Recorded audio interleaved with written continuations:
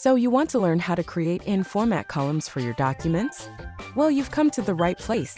Columns are a great way to organize your content and make it look professional. Here's how you do it. First, open your document and select the text you want to put into columns. Then go to the Page Layout tab and click on Columns. You'll see a drop-down menu with different column options. Choose the number of columns you want, whether it's 2, 3, or even more. Now, let's talk about formatting.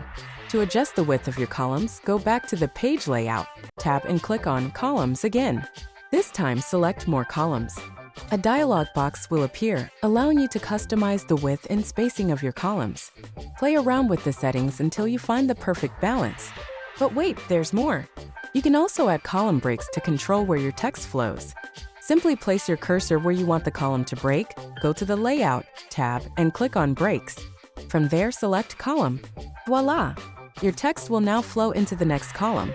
And that's it. Creating and formatting columns for your documents is as easy as that. So go ahead, give it a try, and take your document layouts to the next level. Happy formatting!